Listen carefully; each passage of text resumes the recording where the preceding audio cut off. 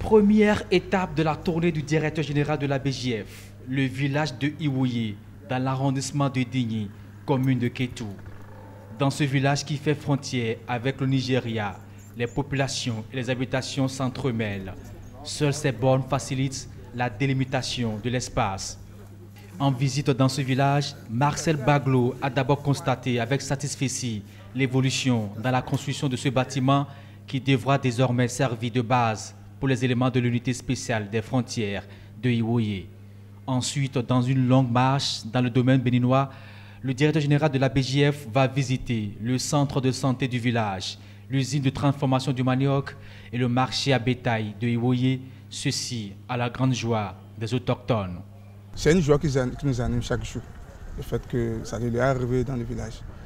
Et ce que je peux dire est qu'avant, on disait que l'État béninois a abandonné ses frontières. Mais aujourd'hui, maintenant, ce n'est plus le cas. Il y a beaucoup de choses. Nous avons notre école, nous avons le centre de santé.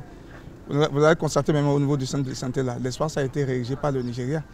Aujourd'hui, maintenant, c'est le Bénin. Et l'infrastructure qui est là maintenant, c'est pour le Bénin.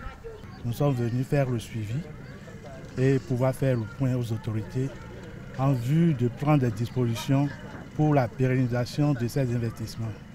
Prévenir l'extrémisme violent par la viabilisation des espaces frontaliers, c'est le thème de cette 5e édition de la Semaine des frontières béninoises. En découvrant donc les particularités des espaces frontaliers, Marcel Baglo entend valoriser et sensibiliser sur le rôle des espaces frontaliers.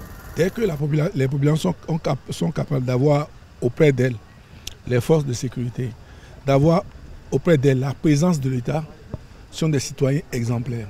Et c'est cet exemple-là que nous voulons présenter en cette semaine des frontières béninoises, car l'objectif de la semaine des frontières, c'est de déclencher une mobilisation nationale autour de ces espaces malheureusement oubliés et désaffectés de nos pays. Que chaque ministre sectoriel pense à investir une partie importante de ces investissements dans les espaces frontaliers. L'Agence béninoise de gestion intégrée des espaces frontaliers compte poursuivre et élargir ses actions aux autres espaces frontaliers, ceci dans l'unique dessein de développer et de sécuriser les frontières béninoises.